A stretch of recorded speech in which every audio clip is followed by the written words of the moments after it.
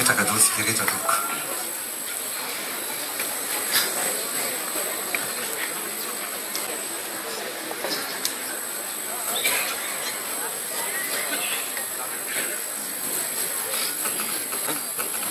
Ianareo namana rehetra manatrika etona. Ampitiavana lehibe no andraisana anareo avy amin'ny lafiny Valinosy, na ny avy any avaratra, na ny avy any atsimo, na ny avy any atsinanana, na ny avy any andrefana. Misy olo tena ny maro, misy olo tena ireo mpikambana, mpikatrika avy amin'ny distrika 9 Ambizato, avy amin'ireo faritra 12 sy ny faritra 4 manerana ny nosy. Voaporositsika ary hitatsika androany fa tsy reraka ory andro rajoelona fa maro no mba miandry azy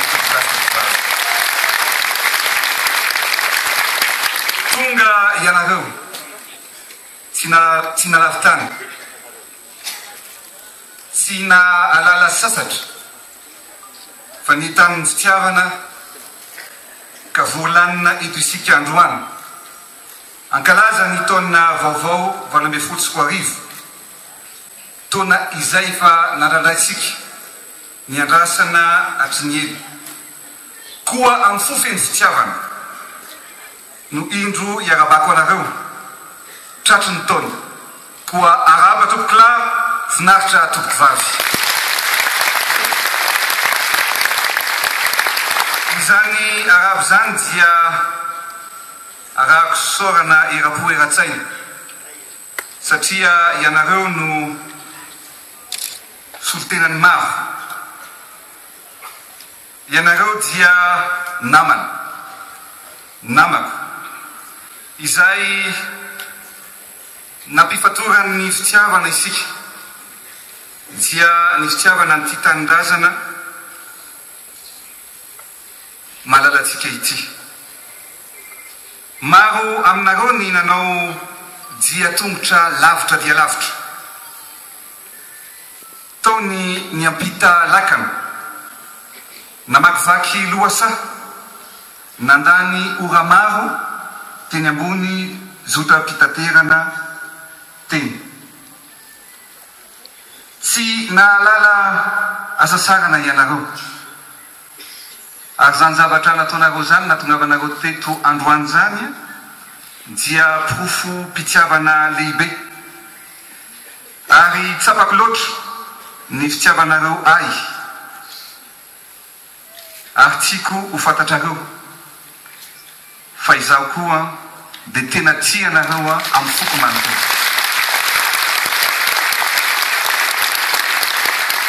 Misaotra ihany koa anareo namako artista mpanakanto iray isika, ray fo ray saina ary mino sy mahatoky fa tsy azo nizanisa ho zarazaraina. Izany fofom-pitiavana naseho anareo rehetra zany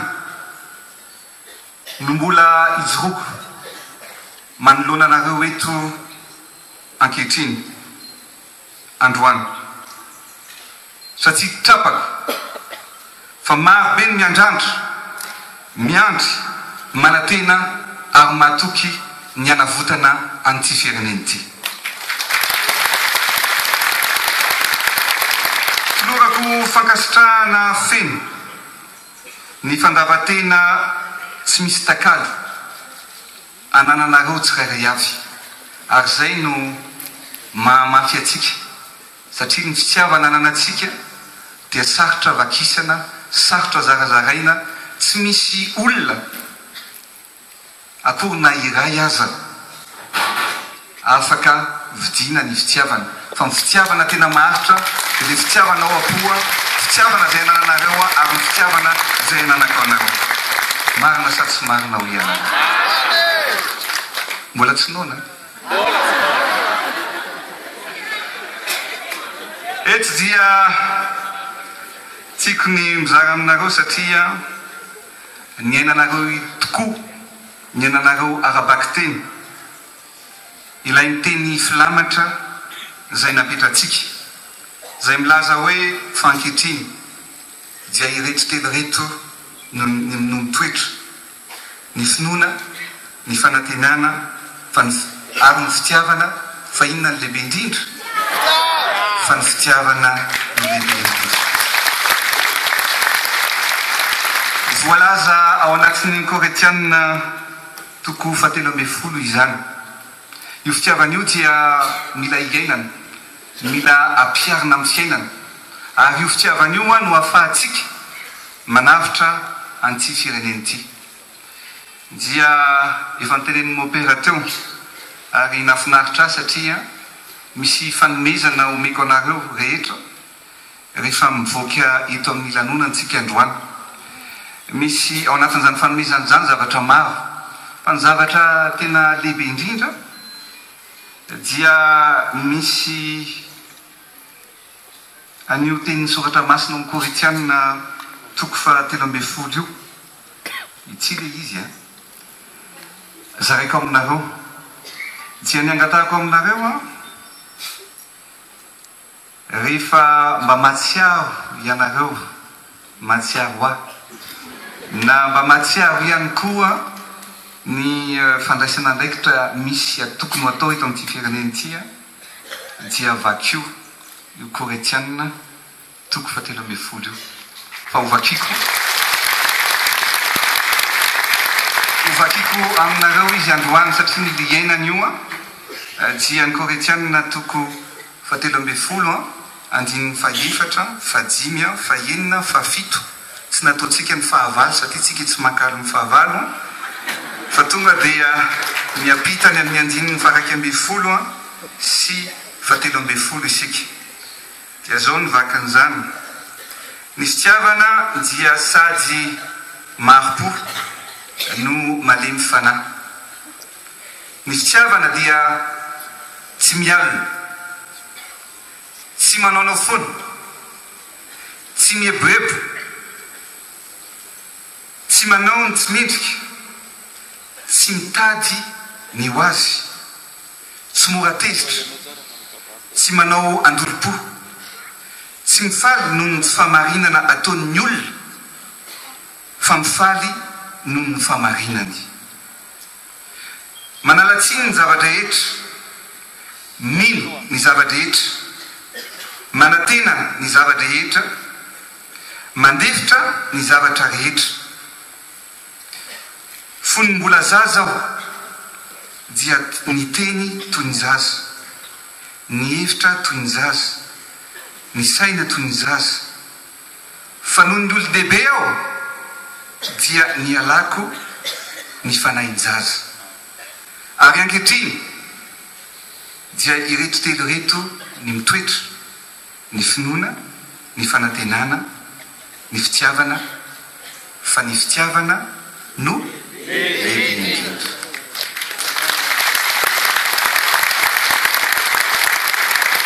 tao anatin'izay taona maro zay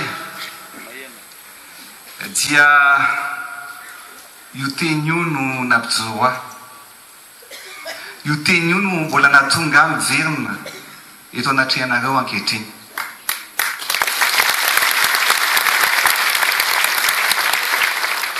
ny fitiavana dia na dia naratra aza ny foko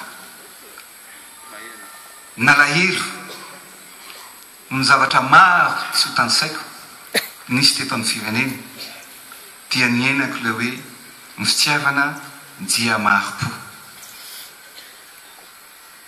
ny fitiavana dia tsy manaonao foana ary raha ny fitantanana ny firenena no lazaina dia mila fanomanana zany tsy mety ny mievitrevitra tsy mety ny mieboebo tsy mety ny mamitaka tsy mety ny mandainga tsy mety ny mangalatra maro ny satsy marina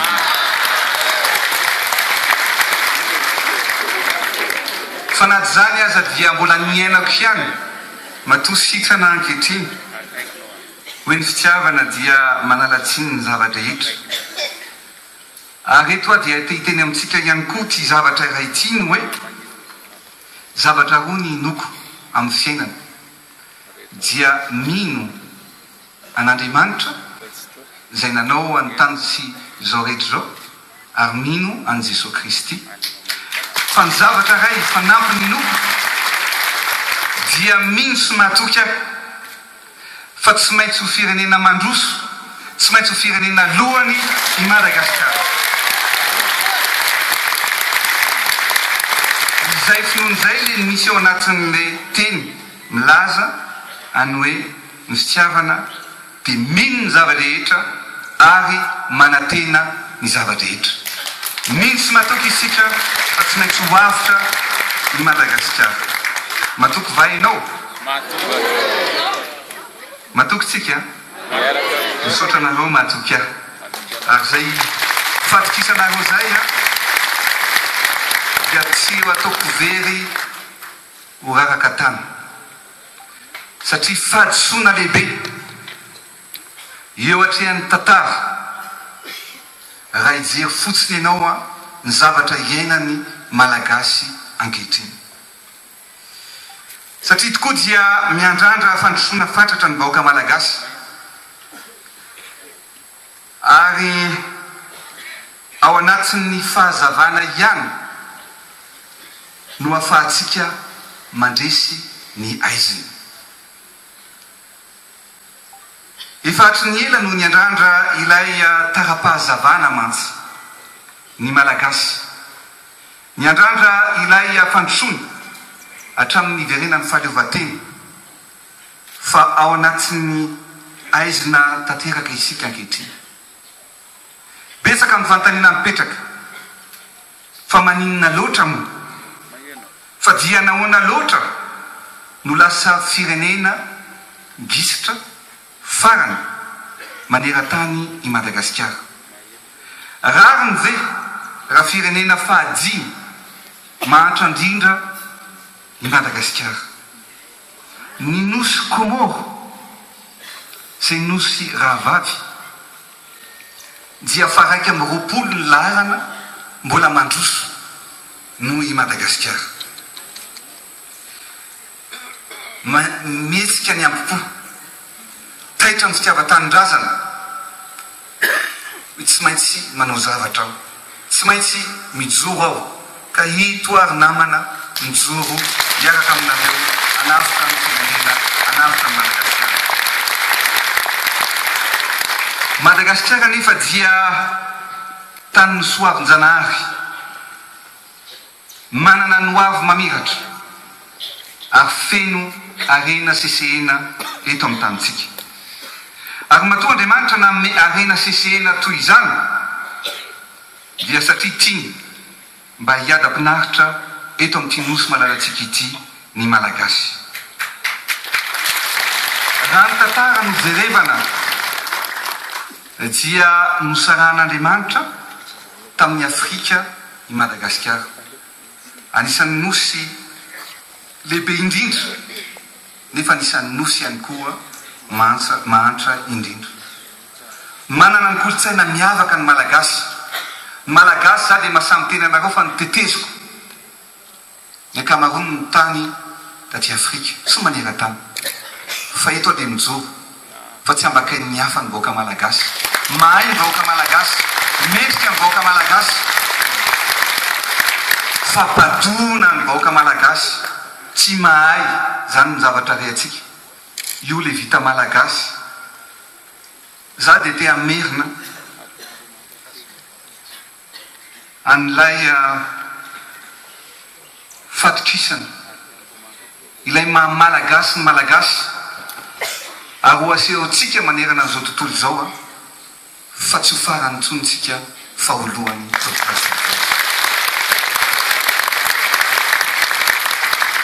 efa nilaza mbola ho averiko fa raha mbola tsy miova ny fomba fitantanana nahazatra hatrizay dia mbola ho gisitra hatrany ny malagasy na io amin'ny 2030 na amin'ny 2040 na amin'ny 2050 enina 2060 aza 70 2080 dia mbola antra foantsika raha mbola mitoy izao a fomba fiasa sy ny fomba fitantanana misy eto amin'ny firenena izao.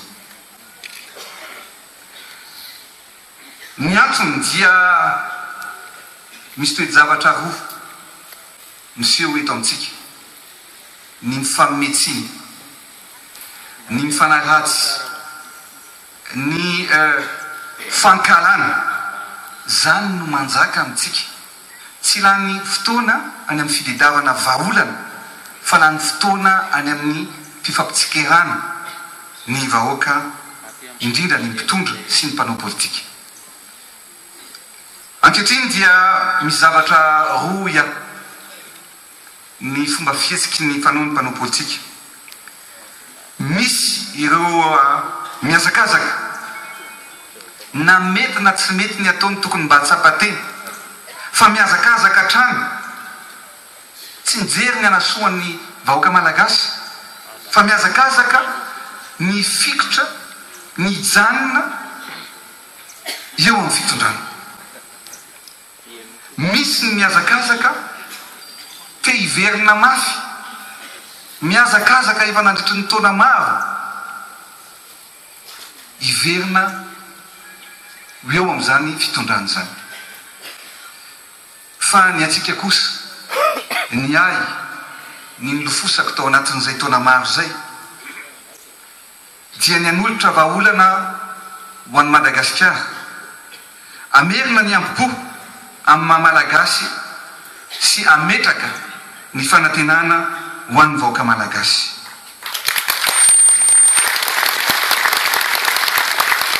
Amerina amin'ny fanantenana satria tsy misy matoky intsony ankehitriny hoe mety mbola androsy ihany ity firenena ity. Very fa na mbola velona ny ankamaroan'ny malagasy ary tsy misy intsony ny matoky ny hoavy ny apitso ny ankamaroan'ny mponina.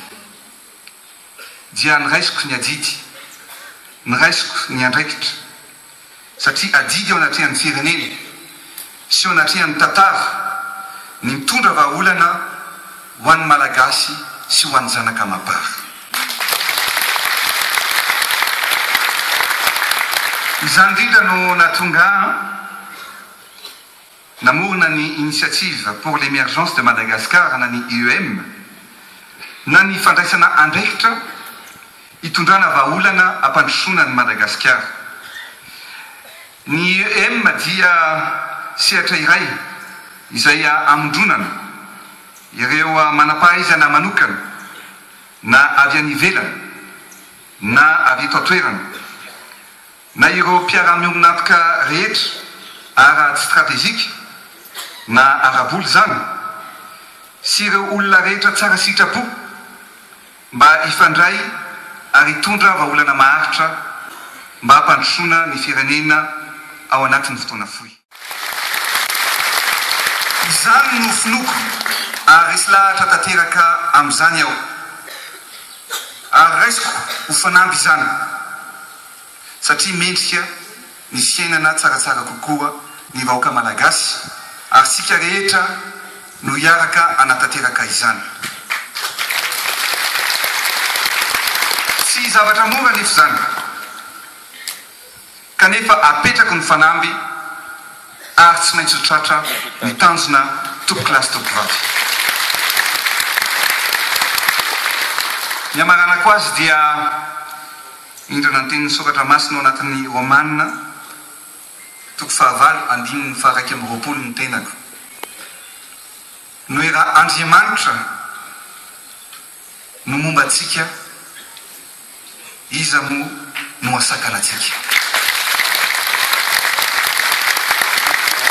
Tsy andaitra amintsika ny velapandrika, tsy andaitra amintsika ny raha matahora, fa mahatokotsika fa manana Andriamanitra tompoklasy tompovavy.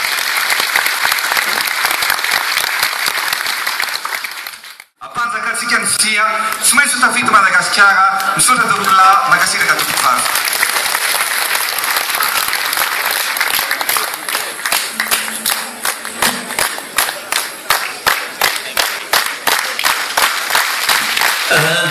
Toutes les conquis dans vos airs, et là, c'est un petit écran géant.